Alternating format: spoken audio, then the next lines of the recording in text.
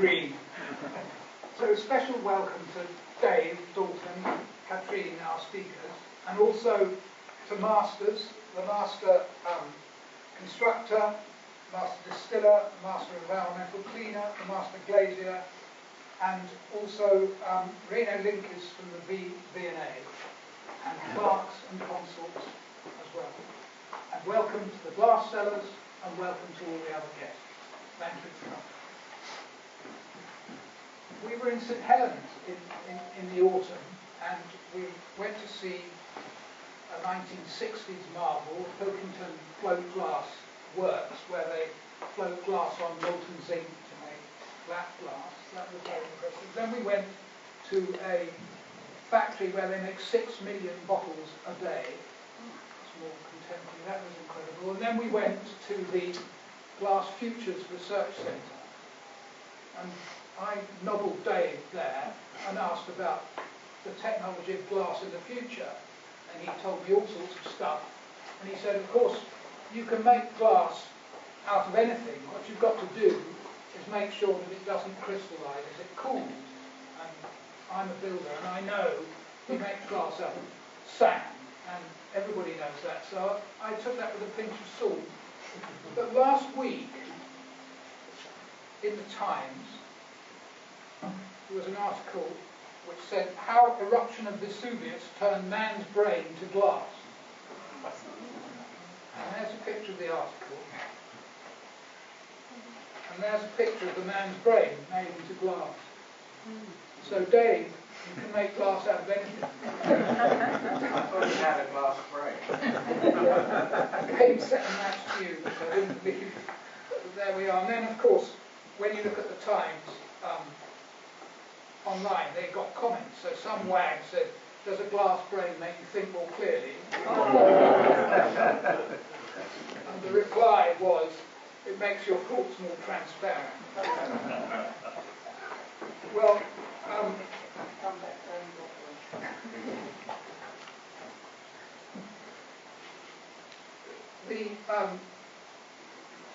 Dave contributed to a lecture by the previous Lord Mayor, on behalf of the previous Lord Mayor, that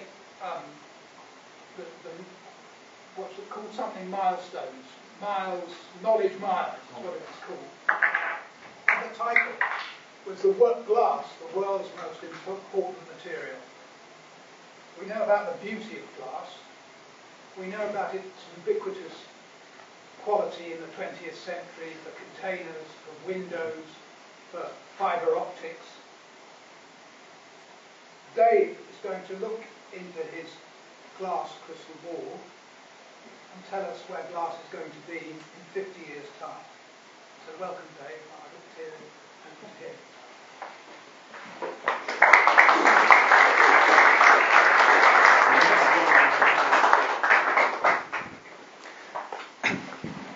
Do I need this, or does this work? I don't know. We'll see. Thank you, Master. Indeed, I was privileged enough to contribute to the mayoral lecture last year. I think I also spoke at the Biennale in wherever it was, in Stoke, thereabouts. Stourbridge, maybe there. And I think some of you will be familiar with the work that I have done over the years. I'm a chemist by training. I'm a politician, I guess, these days, as my last 15 years has been working in representing the glass industry. But my formative years in industry were around glass research, development, and it somehow gets in the blood. Listening to James about an atrophied or glacial brain, I can sort of appreciate that. I've been around the industry now this will be my 45th year, so it's a long time. And I've always had a passion for the things I learned in my formative years about what glass can do for us. So what I want to do this evening is just give you a little bit of an insight into some of the things that I think glass can contribute to in solving the problems of future society. But I guess I need to set the scene a little bit around what glass is, where it might come from, how we might form glass, and how indeed you can form glass from pretty much anything. The palette of glasses that we have available to us in contrast to other materials, and just white might be the saviour of mankind. Not too big a ask, but that's the direction of travel. So yes, I am a chemist, but I'm a frustrated mathematician, and I really enjoy the numbers game. So tonight I want to just talk around some of the sort of origins of glass and what glass is, before we get into where it's going to take us. So one of the big controversies I'll start with is glass is not material. It's material state. It's a way of material cooling from a liquid or a gaseous state into a solid form, but without forming a crystalline structure. So given that as a definition, if you can cool something quickly enough, you can make it into a glass. When I was a lowly research student many moons ago, I was making glass from liquid nickel steel. If you can fire it at a target and cool it quickly enough, it doesn't have the opportunity to structure itself into a crystalline matrix as most materials aim to do. Instead, it formulates a solid very rapidly. And when I say rapidly, this is over 5 million degrees a second. It's pretty quick. But what that does is enables the atoms in the material to formulate almost a liquid type context in a solid. And that presents a massive opportunity, because glass being that non-crystalline state means that it doesn't have to rely on basic chemistry. As a trained chemist, I've always known that you basically have rules and strictures that you have to follow when you're forming compounds. There's about 350 million compounds that we know of currently. There's about 1 billion compounds that we could formulate. But there's about, well, I think I mentioned in the mayoral lecture, just doing a little bit of mathematical crystal ball gazing. The opportunities and the different mixtures in glass offers a palette that is bigger than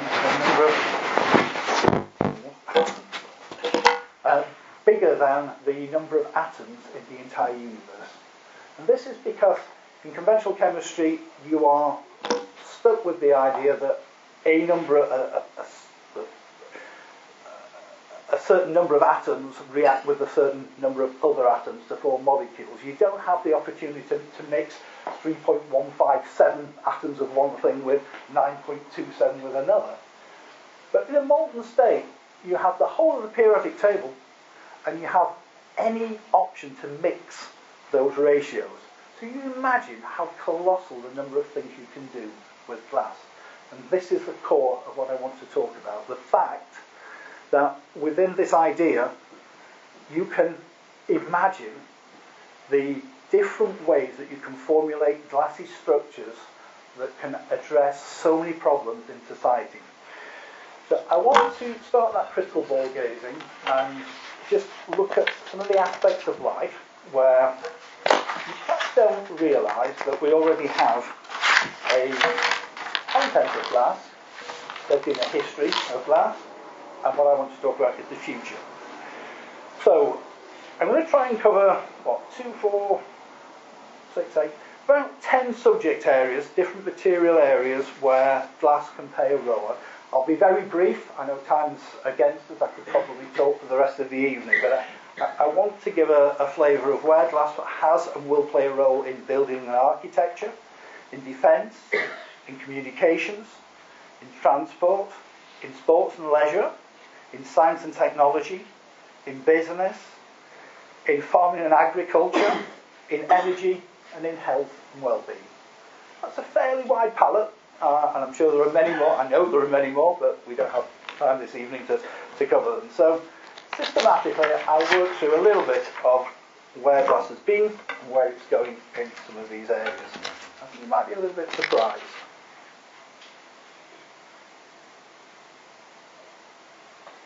So, we'll start with the built environment. Glass is a tool that is absolutely fundamental to architects. I remember, probably 15 years ago now, formulated an argument with a renowned architect who, in their press, announced that The glass edifice was at the end of its useful life. We were facing climate problems, and the idea was that concrete would be the future. But architects need light and space. It's their palette, it's what they work with, it's what we all admire from massive, beautiful facades like the Shard and the various buildings across the way. Wherever you look at cities around the world, Tokyo, New York, Hong Kong, it's all built on this palette of glass being such a wonderful material.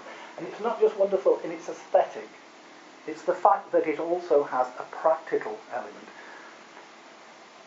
Within the structure of a sheet of glass, now we can actually build in a whole system of electronics based on being able to feed a power source, whether that be an embedded chemical battery or whether that is actually attached to an external power source that will drive circuitry that we can deposit on the surface. We can then inform various coatings that we can put onto that glass to react in certain ways, such that we can control the environment on either side of the glass, we can control the surface to reject water and moisture in all sorts of different ways. We can control how it looks, how it passes light, transmits light, how it reflects light back into the building. So we can create an ambience, an atmosphere, and a functional element by changing the way that we treat the glass and how we apply the current to that glass surface. So architects are progressively finding more and more complex ways of employing that to both practically enhance the living environment, but also to combat environmental issues like CO2 emissions. Because what we can do through that is control the ambient temperature inside a building and make sure that we can at the same time harvest sunlight falling on the surface, much as the solar panels you see across all the fields these days. So in the built environment, there's a massive opportunity as we head into the future to create a whole palette of things that will make life in the new built environment a very different experience. And it will be based on glass, not concrete. So many years ago when I saw that article, I felt compelled to pick up my pen and write back. And I did, and I attacked probably in an inappropriate way to say that even if they were built of concrete, we would clad them on the outside with glass, we'd make them into television screens, and we'd actually see the environment we wanted. But architects would never want a whole concrete jungle. They want the light and the transparency that glass brings. So glass in the built environment, we see it, we evidence every day when we walk around, but in the future, the ability for glass to play a much bigger role in that and contribute to every element of what society needs in the built environment is entirely something that we can offer. So if you skip on to where we are with glass at present, we're already providing lots of solutions in the decarbonisation arena. As mentioned, there was a visit not too long ago to St Helens to look at the work that's been done there in the name of glass contributing to that decarbonisation. I wish I could speak at better times for an industry that has worked so hard to find those solutions, and we have currently a situation where that investment is not being seen, and it's really difficult to make some of these ideas a reality. Having worked in research and development for many of my formative years in glass, seeing so many opportunities that never made it. I think I read a statistic once that said for every pound spent in glass and ceramic research, there was over 1 million spent in metals and polymers. And that's the gearing ratio that we're working against. We don't get that capability. In fact, an old prof of mine once said, I fear I've wasted my life working towards an unbreakable glass, and then the imperative in mobile phones and computer screens comes along to have unbreakable glass, and the world throws whatever resource at it to get pretty close to that target. So it really is a matter of being able to get the right funding, the right brain power focused on the problems. We've had great difficulty over the years, and I've seen so many of those opportunities that no one has actually picked up and made into a reality. I want the future to be different. I want to make sure that these investments are actually made in glass technology, so some of the things that I'm going to talk about this evening become a reality for our children and grandchildren. Of course, it would be remiss of me not to give mention to the standard forms of glass, not just those in windows, but those in beverage and food containments. It's really not well known just how that element of food packaging and beverage packaging contributes to reduction in global CO2. Anyone that knows about the sort of ratios of greenhouse gases will know that a rotten material very often emits methane, natural gas. Natural gas methane is a far more potent, 17 plus times more potent greenhouse gas than CO2. And food rots to that, but by having appropriate sealed glass containers, we preserve the life of food and beverages way beyond what you would be able to in other packaging materials. So glass as a container, evidenced by the fact that when they raised Henry VIII's warship, there were champagne bottles on there which were opened and found to be intact after 300-400 years, whatever it is.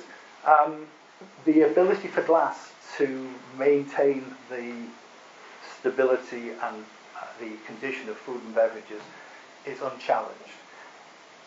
I am asked by the authorities in food and drink in the UK about on a 10-yearly basis to go down to their offices and explain where we are in terms of glass technology and food and beverage contact. And basically I'm told that we wrote the reference manual. Food and beverage and pharmaceutical contact with glass is the ultimate benchmark. And every time I go down there with a sort of 10-year margin, I'm asked whether anything has displaced that, and we get to the point, glass is still the reference point for all food, beverage and medical contact materials. That's a hell of a pedigree. I think that's something that we need to understand and praise, the fact that simple glass bottles and jars are still doing a phenomenal job in saving the environment. And we never quantify that, we never use it in the right way in front of governments to make sure that they understand the importance of industries like that. But I felt necessary to give it a mention.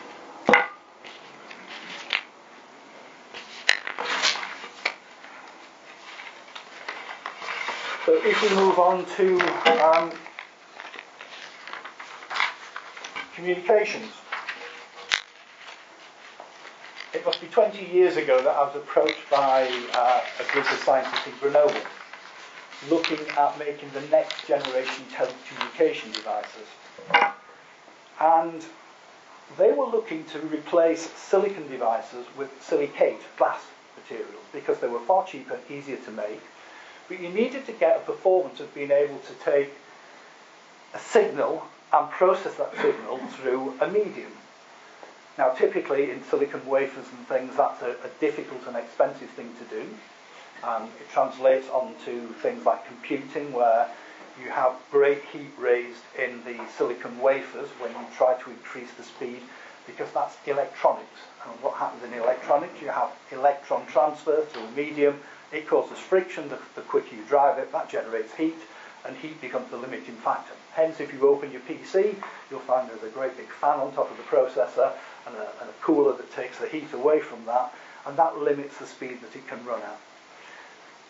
If you look at photonics, the use of photons rather than electrons to drive similar systems, then you enter an entirely different sphere of what is possible using materials like glass. Some crystals work, but glass is a more ubiquitous material in that you can build a vast array of compositions that will allow you to fine-tune what you want to get out of it. So you can build lasers, you can build photonic devices. And what this company in Grenoble were doing is trying to revolutionise the mobile phone market by making it easier and cheaper to produce circuitry. And they were simply infusing silver ions into the surface of simple glasses to allow circuitry to be developed. Beam splitters initially, and then moving on to more complex things like diode and triode valves, and then transistors. So it must be more than a dozen years ago that we built the first rudimentary light-powered photonic computer. Now, you're not going to get your Microsofts and whatever, and Intels and all of the people in that environment instantly moving in that direction, because they've spent so long investing in the products that they currently have. But mark my words, 10 years down the line when these things are phased out, the next generation of photonic materials will be those that are driving what we're seeing in America at the moment, the scrabble around for rare earth materials to control exactly what I'm talking about, the electronics market. And a lot of that is founded in the materials, the transistor type materials that are made in glassy matrices from those products. So again, in that environment, we will find that as knowledge expands, the impact of glass on the electronics as we've known it, but photonics as we will become to know it, market, in terms of things that we use in our everyday lives, will work quicker, cleaner. The ability to reach massive speeds in computing and solve problems, supercomputers, all of this will be powered by glass.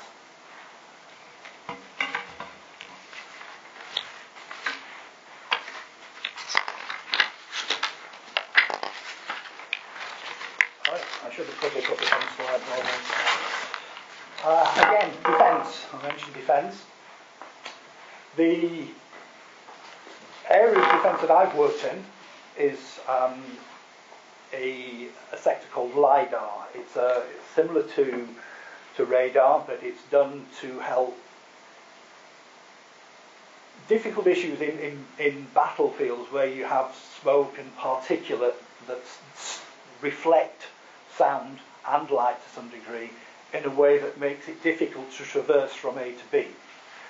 So the king in the battlefield is someone that can actually see through all that smog and get from where it is to where it needs to be, or indeed send ordnance in that direction and guide that ordnance.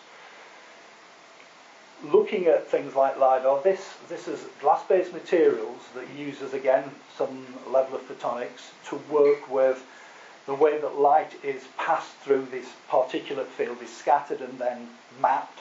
A lot of complex math goes on to look at exactly what's happening, but it helps guide both personnel and ordnance through incredibly difficult scenarios where without this you are left in basically a condition of potluck of firing something or trying to traverse an area without really understanding how you get you or your ordnance from A to B.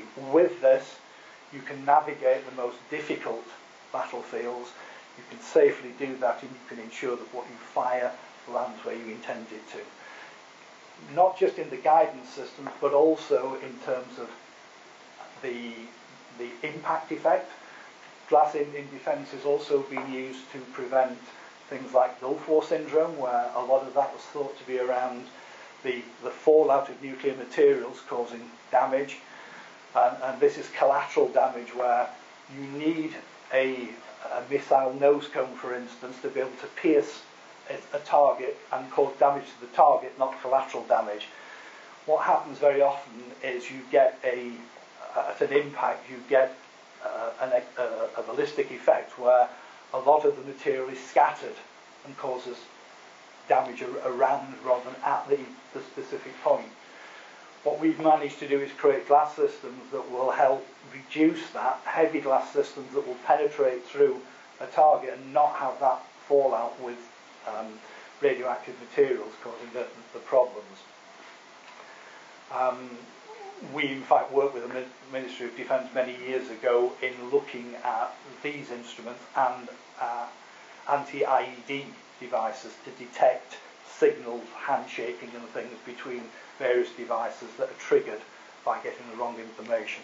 So there's a lot in the defence system that relies on glass technology, and in future, again, this will be advanced. But this is work that has already been active for 10 plus years. I've been out of research for more than that, but I still work with a good bunch of people in R&D. I don't lead that anymore. I get fed back some of the things they're involved in, and as much as my passion would be to be working with them, I extract a lot of joy from seeing them taking the lead and doing the things they're doing these days. So that's defence. If we move on from defence to the next chapter, what? Transport.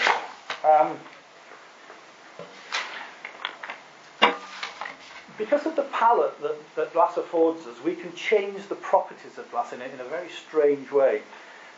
You expect glass to be a thermal insulator, non-magnetic material, but as I've said, if you can make glass from a material like steel, iron, nickel, then obviously these materials in their normal crystalline state are highly magnetic, conductive, very good at dispersing heat. But if you can tune that, if you can put a whole different set of parameters into the manufacture of that glass, you can change the way it behaves. So you can tune the magnetism, you can tune the way that a glass either insulates or conducts. Therefore, in things like transport, when you're looking for frictionless travel, like a monorail sitting on a cushion of a magnetic effect, then some of the magnets that you use will be from these rare earths, but some of the controlling elements of that will be from glassy materials that are tuned in a certain way to give slightly different results, to give that ability not to just have what's delivered by a specific material, but a tunable element of it. And the point I'm trying to make here is that in transport, in a lot of the future applications of glass, it's this ability to fine-tune and create a different outcome by having glass as that almost infinite palette of possibilities. Even when you look at some of the things that are already in play, if you look at some of the fighter jet engines, you'll find that they have glass or glass ceramic, moreover, engine blocks, because they're zero expansion, so you can treat them quite badly in terms of their thermal cycle without ever getting any failure. In metals or conventional ceramics, you tend to get some problem with a vast rate of thermal increase. Thermal load will cause materials to fail. But we're already using glass ceramic materials in those engine blocks to produce some of the finest flying machines in the world.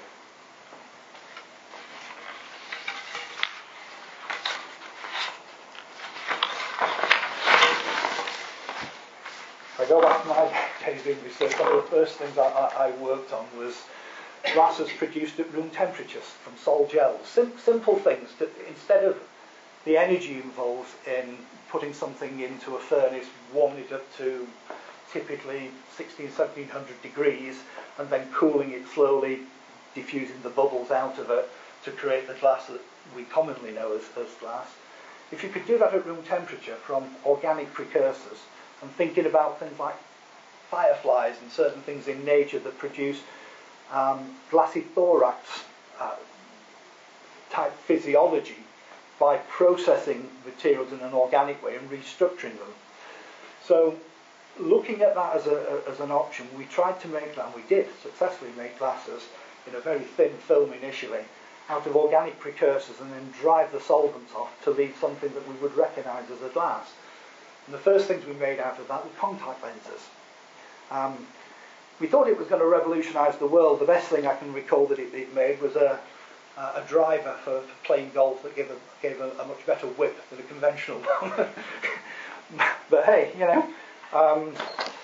there is something in there that, if we look at it deeply enough, offers up some potential for, in sports and leisure in the future, knowing how materials can perform and giving you that advantage that will help us progress the materials that we currently use to give people the edge in sport, as we saw in cycling with the British Olympic team, looking at the engineering, looking at fine margins. These are things that glasses can help us achieve.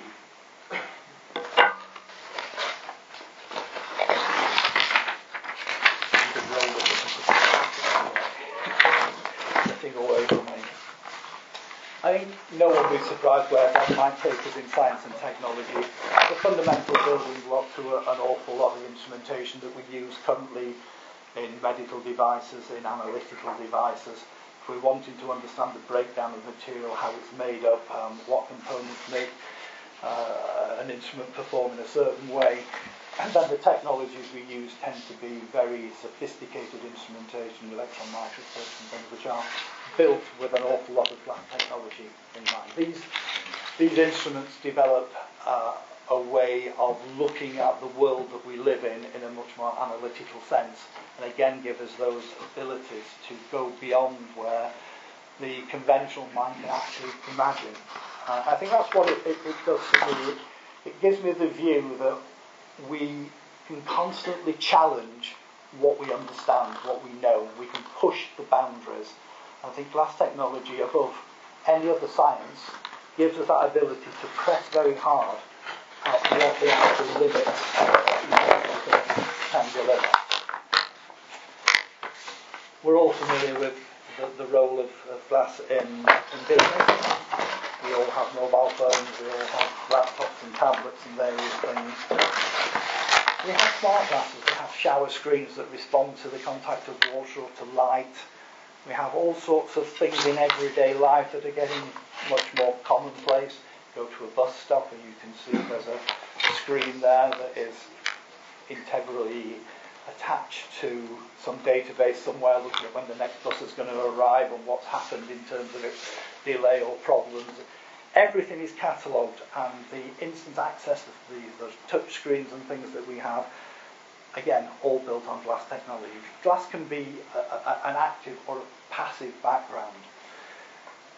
By passive, I mean you can put it there, and if you want to create a glass as such, it will be inert to just about anything. And the final point I will touch on that is one of the key things that we're working on currently. But it's equally, if you want it to be an active material, it acts greatly as a substrate to deposit things on, to have active surfaces on passive substrates. That means you can build circuitry and do all sorts of weird and wonderful things. So your business tools of the future, we see it on these James Bond films where you have a desk and we're sliding things around.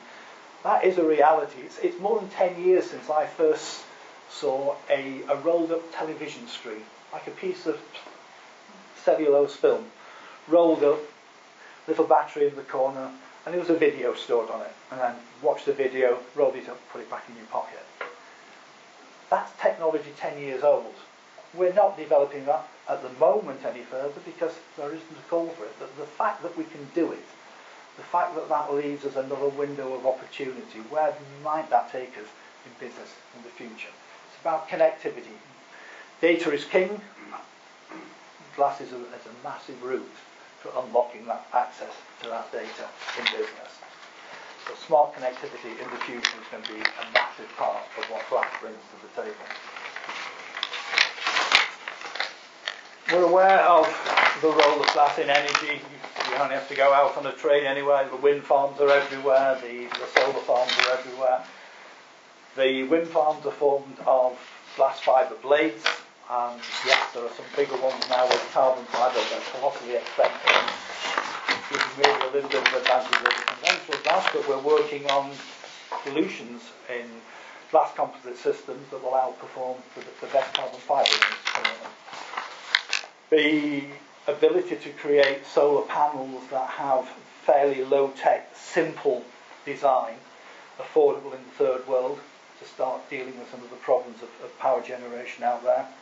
I worked on a project with a group of people using Fresnel lenses made from old milk bottles partially filled with water, just to focus the glass in a certain way to create a power output to drive energy to villages in Africa. Absolutely phenomenal things that you can do with that and energy raising in that regard.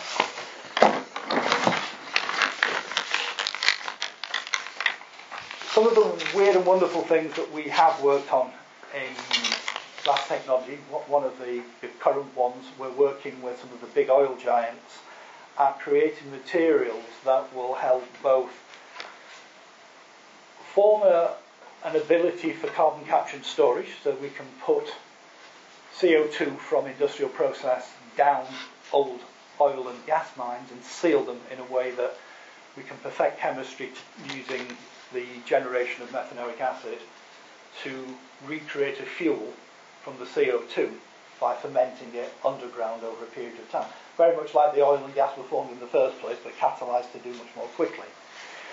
And glass is playing a role in both that and also showing up the fields in which the gas and oil has been extracted from to help us take more gas and oil out of those original fields. So not drilling for more, but showing up the existing sites. Typical oil well will give up its first third very freely. Its next third is more difficult. Its final third is written off. We have developed methodologies using glass science to help take that last third out, which taps into an awful lot of oil and gas reserves that have been unable to be exploited for generations. We've created silver-bearing glasses that are used by the American military on the battlefield that save limbs. Glass embedded in a way that it can migrate slowly out of the surface of the glass is a natural antiseptic. If we can put that silver into a wound on a battlefield, we can possibly save a limb while that person is being transported from the point of injury to a hospital. We've made materials, glass-containing materials that are actually active in pastes and soaps that can be added to that sphere, and we have been selling those materials into the American market.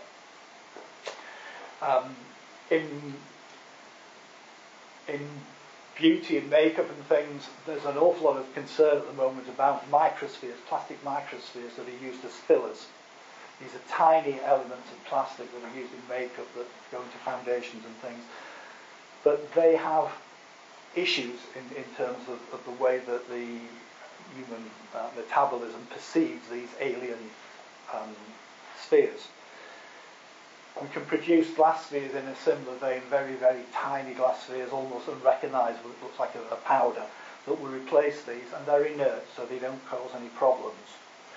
So in areas where we're already getting these materials, the plastic materials, banned, there are areas of the world where they're no longer allowed. We have substitutes in glass. In a similar vein, what a lot of people won't recognise, a word ballottini, small balls in Italian. It's something we put in road marking paints. So you're driving along on the motorway and your lights catch a road sign and it seems to immediately illuminate. And that's because these are tiny spheres of glass that catch the light and focus it. The sphere acts as a lens, focus it onto the paint behind, and you see instantly that magnified, the colour and everything is there. These things are used in road marking paints, have been for many, many years.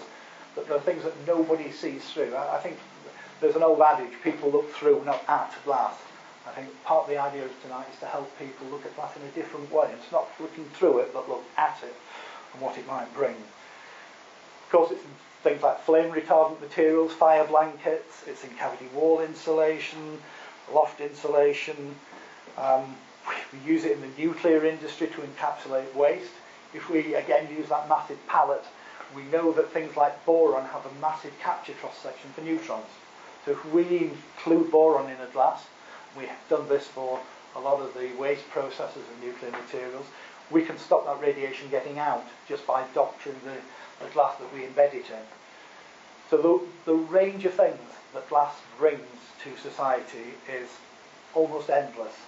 It excited me back in 1980 when I joined this industry. It excites me today. I don't get the opportunity to work with it as often as I might.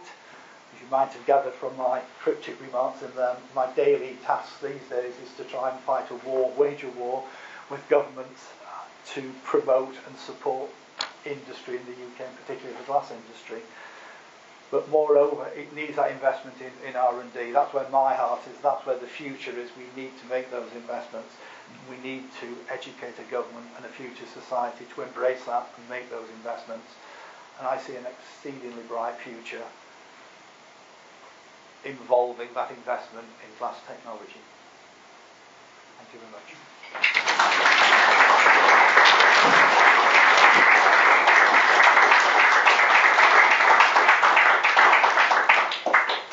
Well, that was a whistle-stop tour, David. Very interesting. Just scratch the surface. Very interesting. We've got time for a few questions. Has anybody got a question? Jo? Do we have, or are we encouraging enough young people now to come into this sort of research and industry? We're trying very hard. If you recall the story of where we are, Richard and Glass Futures, that started as an educational drive. I think many moons ago I stood in front of many livery heads back in Guildhall or wherever it was and gave quite an impassioned speech about how we need to make investment in the future of all of the guild industries. And we were trying to set that example with glass. I mean, indeed, we got some monies out of government to try and make that a reality. I think it's a difficult question to answer in a very strict way, in that a lot of what happens in trying to engage youngsters in glass technology is very similar to any other industry. So many things these days are built around sitting in front of a computer and designing things. Engineering is less hands-on these days. Yes, there are aspects, but there's an awful lot of engineering done at the desk. And glass is no different. So we're trying to use those things to make it look more attractive and get people in there. And there are many, many careers, technical careers in glass that are as attractive as anywhere else. And the salaries in glass manufacturing are not bad, certainly for youngsters starting out. But I think we've got to have a much more prescriptive government attitude towards these things. If we want manufacturing in future, we want to educate people in STEM subjects, we want careers at the end of that, we've got to join the dots better than we do currently. I think that's in process. Where it will get, probably beyond my time now. I'm looking to retire and get out of it, but these are passionate things that I will never stop looking at. And I do think there is a will. It perhaps isn't as great as it ought to be. I would like to see that adopted within certain champions within government that just grasp that, purely with the idea of making Britain a manufacturing powerhouse again. And glass can be a great beacon for that. Jane?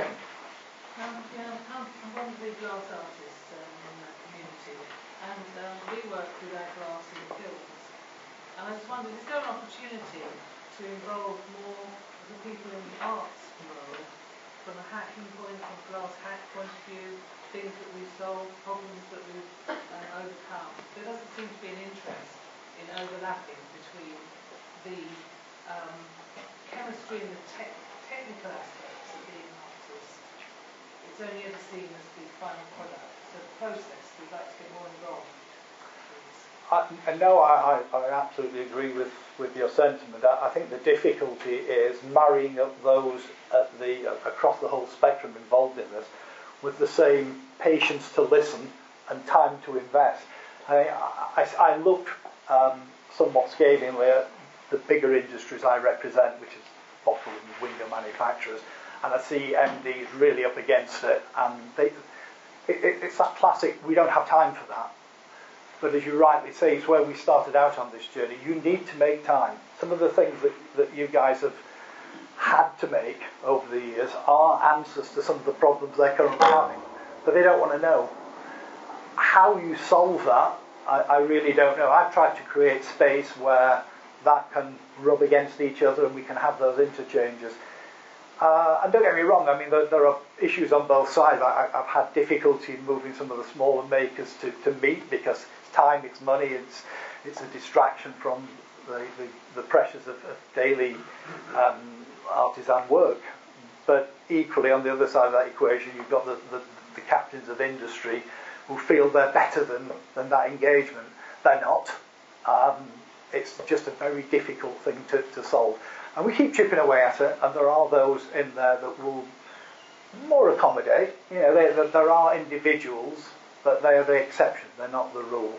And I met with the exception, one of them, the other day, and we had a deep and meaningful conversation for about 3 hours, and I came out of it thinking, if only that conversation existed in another 10 minds, but it's too soon, it's not happening yet, and I agree, it's wrong that it's not, but unfortunately to date it's a little beyond my capabilities to make that better. Rowan? I'd like to join one or two things that have already been said. Difficulties that persuade persuading government for innovation, teaching the young about glass or other technologies and encouraging to do that rather than going to the city and so on. And the world of art in glass.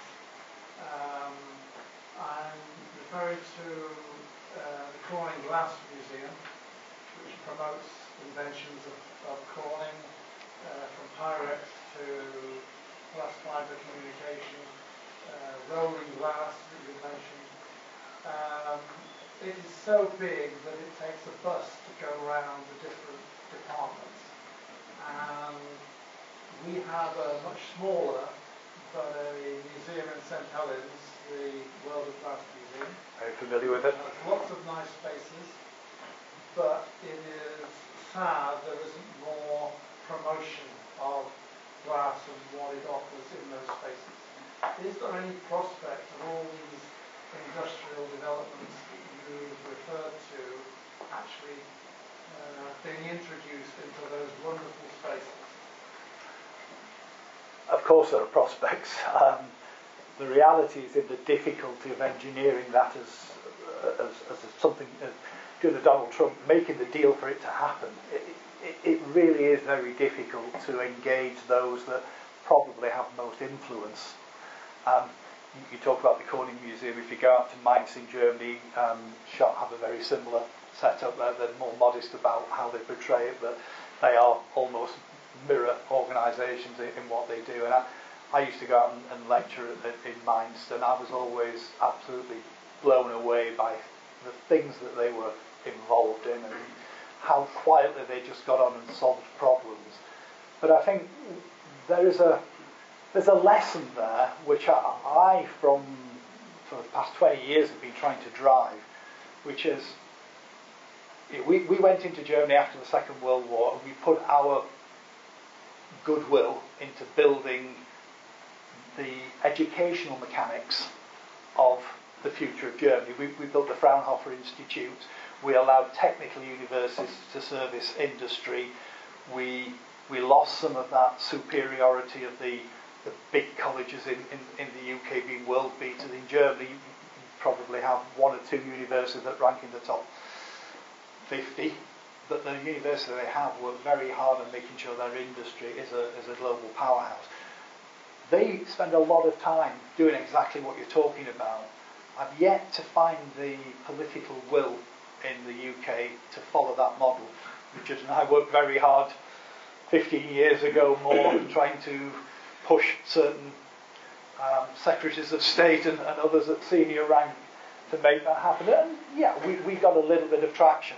It's a million miles from where it needs to be or ought to be.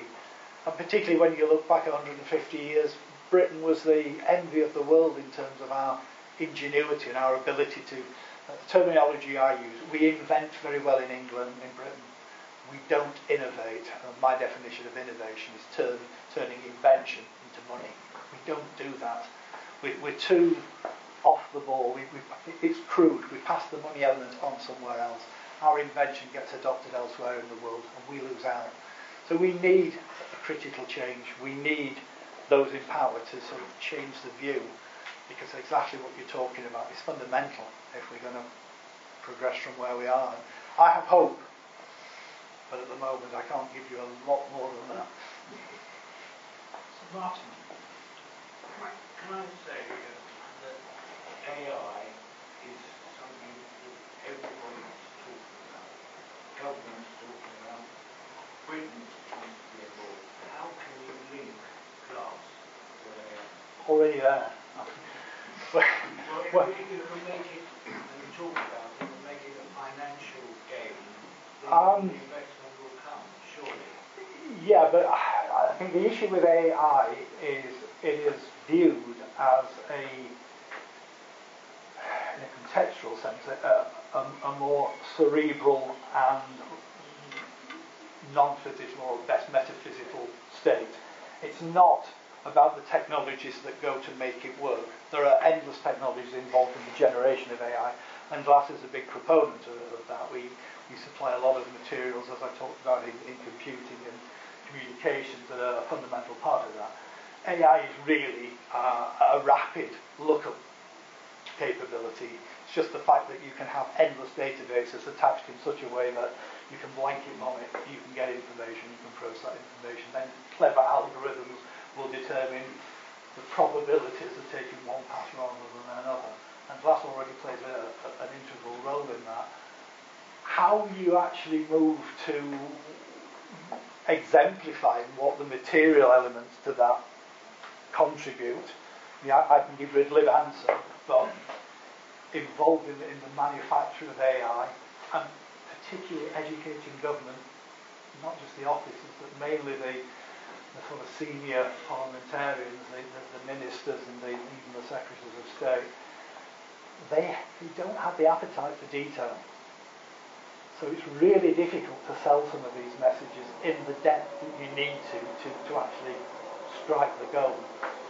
I've had endless conversations with people in their capability could change that world, and I've struggled to make that an impact. I take your point. AI is a massive, widely discussed vehicle that we need to be seen to be a much more important factor within. But it's the thought process of how you do that. You've introduced it to me. I should give it some thought. Kathleen. Thank you very much. It was such an interesting talk.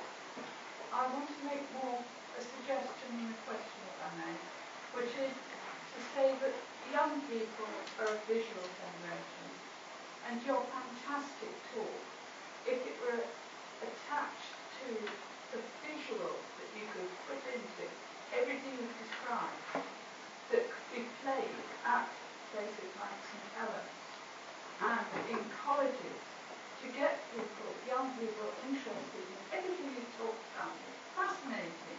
I mean, we're imagining all this stuff, and I'm going to probably lose the average 18-year-old. No, absolutely. And to be honest, I do this sort of thing with different audiences, and some of them are a lot more visual. I did say to James tonight I could have given a presentation or just talked to it. I'm more comfortable talking to a small audience than a PowerPoint. But you're exactly right, and I think it's beyond a PowerPoint. There are things that, given the time, I would love to have included. There are videos out there which you need to seek permission to share that tell so many more words than I could ever embellish. And they are fantastical. There's a video on YouTube, if you want to look it up, it's called something like A Day with Glass. It's a Corning video, and I have used it at various events, but it's 10 years old now, and it shows just there's a young child talking to her parents, and she plugs the car into what's happening, reminds her it's her grand's birthday, and presses a button, and flowers are sent, and then they get to a bus stop, and it's choosing what's happening, and it's the whole environment. It goes into a medical procedure, and it's phenomenal. And at the end of it, there's no words at the end of it. It just says, and all of this is already available 10 years ago. So yeah, we're not pushing it the way that we should. I'm at the wrong end of my career to be doing this, but I need to see people coming along with the same spark and passion, and to Martin's point, with the burning desire of, if AI is the future, how do we embed that thought process in there, that this is a vehicle for that? And it's a vehicle for all of these things. But I think we need to find some champions that are going to deliver that. I'm getting a little bit old and tired, and my wife wants me to travel more than doing this sort of thing. So, sorry, Mark. You're the last one. Thank you. Fascinating as always. And with your crystal ball, what is the most exciting development you see, let's say, in 20 years' time? Well, there's a point on here that I skipped over, and I was saving it to the end. About 7 or 8 years ago, we worked on a project in the sphere of health and medicine. And it's looking at prosthetic joint replacement and ultimately joint repair. And it's using glass technology to stop the human, or any physiology, rejecting implants. And the idea is, and we had a PhD student work on the sort of detail of it. It's phenomenal what she found. Nerve tip endings see a material made in glass which has the same chemistry as oxyapatite, hydroxyapatite, bone materials, calcium phosphates. And it recognises it as alien. If you've got a titanium knee joint or whatever, then obviously there is some issue with how the body recognises that. If you've got something that is a calcium phosphate, what happens at the nerve tip is if any two materials touch, there is this level of exchange. One material dissolves in the other. Even diamond will dissolve in water at the most microscopic level. So what happens at your nerve tips is it determines this material has the right chemistry, but the wrong structure. It's not a crystalline, it's a glassy material. But at the point of deposit, it feeds back to the brain and says, you need to do something about this. And it redeposits those few atoms and molecules as the crystalline structure. And then the body accepts it and tissue grows into it. We have a flock of sheep in northern Portugal walking around with glass knees with all of this in mind. The future of what we can do in both replacement and repair for worn joints, I think, is one of the phenomenal things that we will see in the next 10, 15 years. Thank you very much, David. Thank you. Thank you.